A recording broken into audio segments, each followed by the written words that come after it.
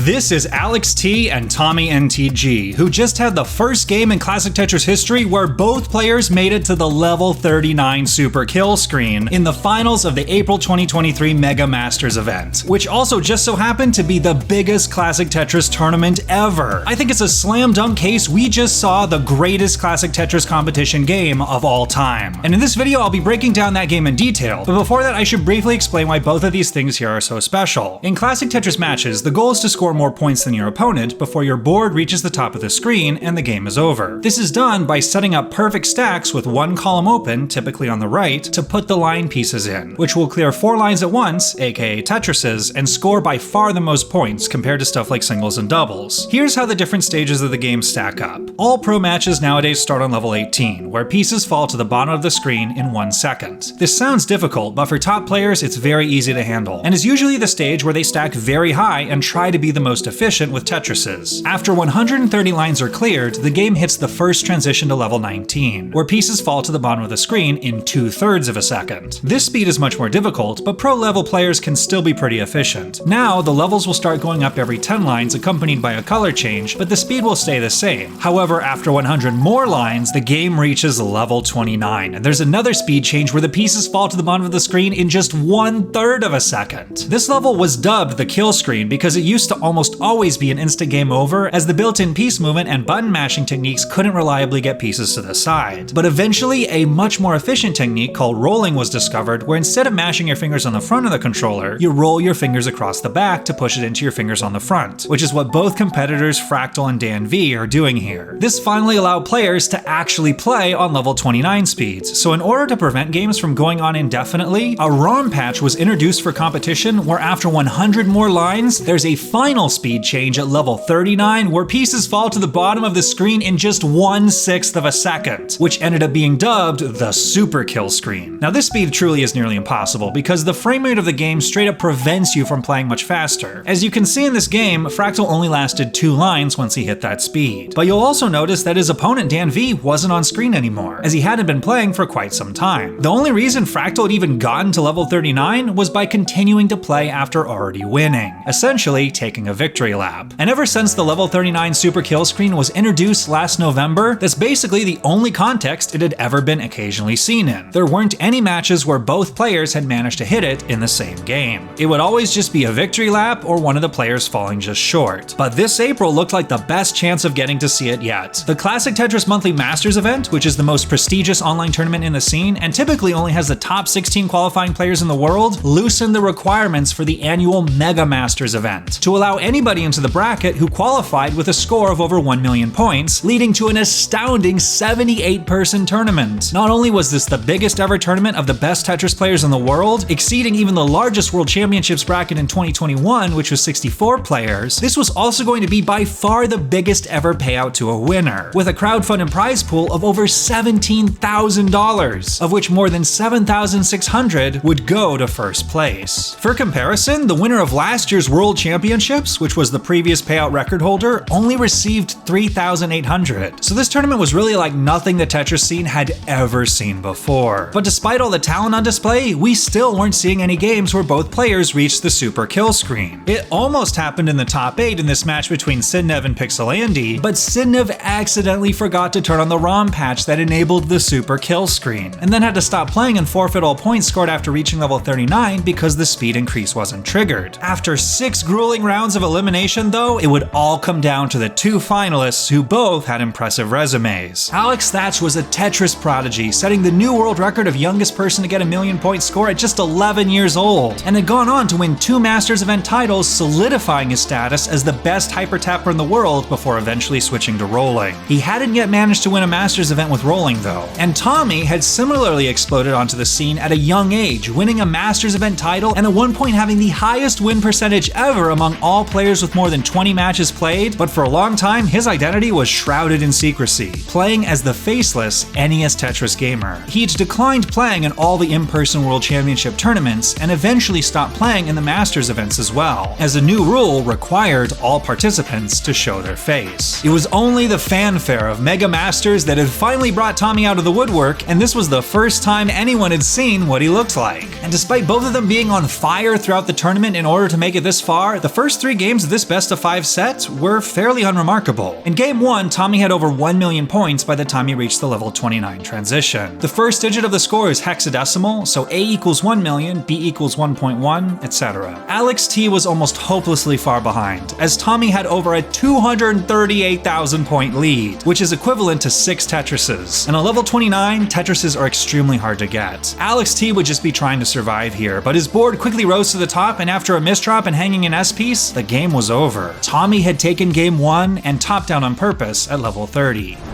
In game 2, Alex T actually had a 1.5 Tetris lead going into level 27, but a few devastating misdrops completely destroyed his stack. The board was going to be way too high to survive the level 29 speed increase, so he just tried to build for one more Tetris on level 28 and didn't get it. Now, Tommy was just half a Tetris away from winning and had 4 lines to go until level 29 himself. He knew he had the breathing room, so he was able to burn a double and safely get the final Tetris for the game 2 victory without even having to play at all on the level 29 speed. He topped out again on purpose on level 30 and was now up 2 games to 0. Since it was best of 5, he just needed one more win now to seal the tournament victory.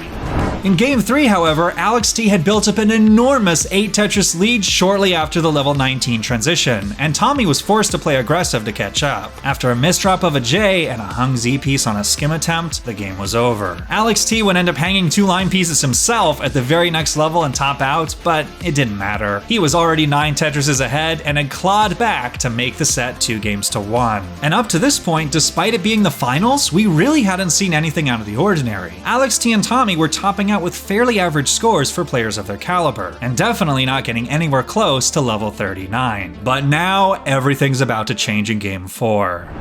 Both players have over 1 million points going into level 29. Tommy's down 1.5 Tetrises, but immediately gets another Tetris set up and knocks it down to pull within half a Tetris. But now Tommy's gonna play it safe, and Alex T gets a Tetris into level 29 to bump the lead up again. But his board can't cleanly accommodate an S-piece, while Tommy goes for setting up another Tetris as quickly as possible. This board he has right here would actually be super dangerous if he doesn't immediately get something to fill the L or J dependency, but fortunately he gets the J, and instantly gets rewarded with a Tetris to close the deficit right back again. Alex T focuses on skimming lines down. It's still incredibly difficult to survive at this speed even if you're not going for Tetrises. But Tommy's not holding back, and after some efficient skims is all set up for yet another Tetris and is gonna slam it down to take the lead. He sets up a J in what looks like an unusual position, but nope, the overhang just skims away just like that. And incredibly, he's quickly set up for another perfect Tetris stack again and gets another to pull into a 1.3 Tetris lead. People are not supposed to be able to get Tetrises this efficiently at these speeds. But now Alex T is fighting back. He's got a Tetris set up not on the right as is typically done, but in the center. This stack is easier to throw a line piece in because you don't have to move it to the sides, but it's more difficult to maintain cleanly. But it pays off and Alex T gets it in to pull back within a third of a Tetris. Tommy takes some safety burns while Alex T gets set up again, but there's the difficulty of that center well stack. He couldn't maintain it cleanly and thus has to throw his line piece off to the right. But he opens things up again and gets a Tetris to retake the lead again. Now over 1.2 million points. Tommy is still just having to burn lines to survive, as Alex T is continuing to play cleanly with this absurd center well despite getting droughted for a line piece. But he's clearly showing how a Tetris Pro stacks. He's leaving options like this open to cleanly take a triple, which both lowers his stack and still keeps him open and ready for a Tetris. And then he has to take another triple when Tommy has finally gotten set up again and knocks down another Tetris to retake the slimmest of leads. But the line piece drought finally ends for Alex T and he cashes in that center well, retaking the lead into level 33. Over on Tommy's side, he's faced with a dilemma that perfectly illustrates the tough balancing act of playing at this speed. He's trying to set up for a Tetris, but gets the line piece too early. If he places the line piece here, he's got 4 rows filled and is ready for the Tetris, but since the left is not built out, he'd have no safety burning options like Alex T just did with his center well. And while the best move is probably to just put the line piece here, when the pieces are falling in literally a third of a second, you don't have time to second guess yourself. You just gotta go with your gut instinct. So Tommy throws the line piece down for a triple for safety, about a quarter of the points of a Tetris. But he's still alive and that's what counts. He tries to set up for another Tetris, but again is forced to make a decision and takes the safety triple. While Alex on the other side makes the opposite decision. He doesn't take the safety triple with the line piece, instead throwing it down flat in hopes that a skim will open things up, but then misdrops an L piece. This is now super dangerous, but Alex T cleans it up like it's nothing and knocks down the Tetris to extend the lead lead once more. But now we're at level 34. We're about halfway through the level 29 speed portion of the game to the level 39 super kill screen. Tommy can't afford to play it safe anymore. He has to go for it. And that he does with a pedal to the metal stack that rewards him with a Tetris right after Alex T has to burn down the center wall Tetris he had built up. Tommy's really pushing it and gets a Tetris to retake the lead, and Alex T slots up another Tetris to take it back. The lead has ping-ponged back and forth seemingly a dozen times so far, but that super kill screen is looming. Whoever's ahead when that hits will basically win the game. Tommy and Alex both set up for Tetrises again cleanly and get them, with the lead switching twice again. This is just ridiculous at this point. Tommy gets another Tetris. The lead swings back to him. Alex T goes through some burns for a moment again to regain his footing, but then both of them set up and get Tetrises at the exact same time. We have never seen two players push each other to perfection this much. Even just a single misflip at these speeds can often be fatal, but then suddenly that happens to Tommy. Misses the flip of the L. This is going to be tough to navigate. He has to frantically try and build around it, and this allows Alex T to regain the lead with a Tetris. Tommy gets the skim, gets the vertical I-tuck setup, and executes the timing flawlessly. And Alex T is having to deal with some stack traffic of his own. Both players have to spend about 10 lines or so just stabilizing the boards again. But Alex gets it done first and knocks down another Tetris to take a 1.5 Tetris lead. And now Tommy is in a dire situation. He's on level 38 at 325 lines. One more Tetris would put him at 329 lines. And then even a single line more would cause him to enter the super kill screen. Since he's down 1.5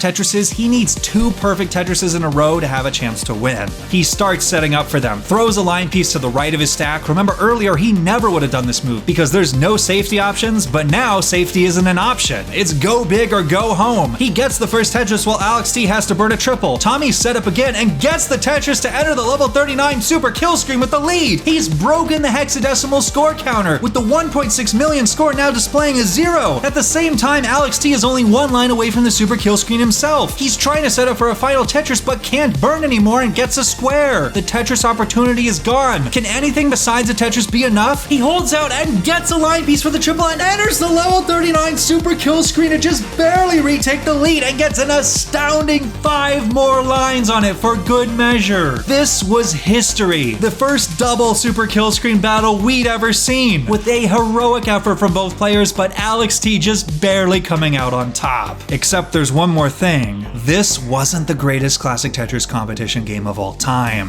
That would be game number 5.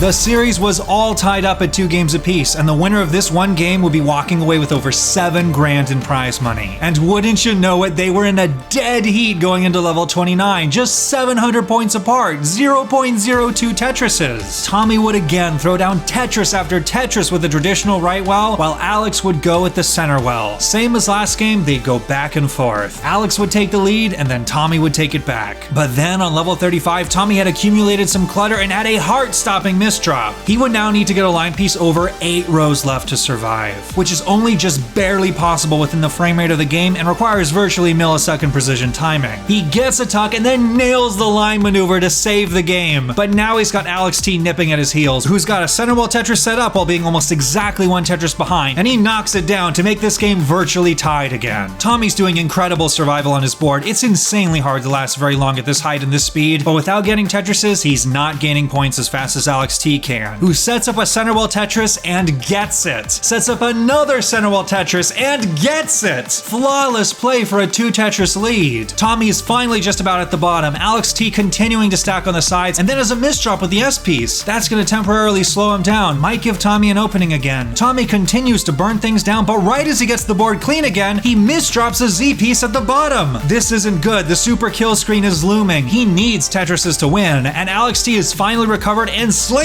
down his center wall Tetris to break the score counter and reach 1.6 million on level 37. But more importantly, he has over a 2 Tetris lead. Tommy's gonna need 2 Tetrises and then some to take it, but is running out of time. He enters level 38, now just 10 lines to go before the super kill screen, but can't set up a Tetris cleanly and has to burn a double. And then he has to burn a single. It's looking bleak. But then Alex T misdrops an S piece to block the well right as he's going all in on a Tetris. This is gonna give Tommy a chance. He knocks down a Tetris just just a 1 Tetris deficit now. But Alex T has managed to open things up again. No burn options, it's Tetris or death. And he gets the Tetris at the last possible moment. So now, let's pause and evaluate the state of things. Alex T can't get another Tetris with this stack. The most he can get is a triple. That's good for Tommy. What's bad for Tommy is that he's at 327 lines. Just one more Tetris will trigger the super kill screen, and he needs at least 2, so his only option is to try and set up 2 Tetrises here and then get one of them on the super kill screen. Tommy gets a line piece, he's gonna go for it, enters 39, gets 2 line pieces but misses with both, holds down and gets a 3rd line piece for the super kill screen Tetris, trying for more but can't do it. Alex T is burned into the super kill screen himself and manages to scrape across a couple lines to move over the 1.7 million mark. Despite a superhuman effort by Tommy getting the super kill screen Tetris, Alex T has done it. He has won the entire tournament, and with a margin of less than a Tetris. Had Alex T not gotten that last ditch all or nothing Tetris on level 27, Tommy's super kill screen Tetris would have decided it. But Alex T held on to do the improbable, coming all the way back down 2 games to none to win in beyond spectacular fashion. He doesn't have a cooler on hand to give himself a Gatorade shower, so instead he douses himself in Parmesan cheese. And to really put into perspective how mind-boggling these games were, let's take a look at the numbers. Since the level 39 super kill screen got implemented in November, there have been 1,144 games in the Masters event. If we sort all of them onto a chart by total lines and total score, where are Alex and Tommy's performances from games 4 and 5? Up there at the top right, as far as you can go. Let's zoom into a leaderboard of just the top 10 games by score. Alex T and Tommy's scores from game 4 rank number 7 and number 5, and their scores from game 5 rank number 2 and number 1, with Alex T getting the sole 1.7 million. To have the top 2 scores out of 1,000 in the final deciding game of the biggest tournament, you couldn't script a more perfect ending. That's without a doubt the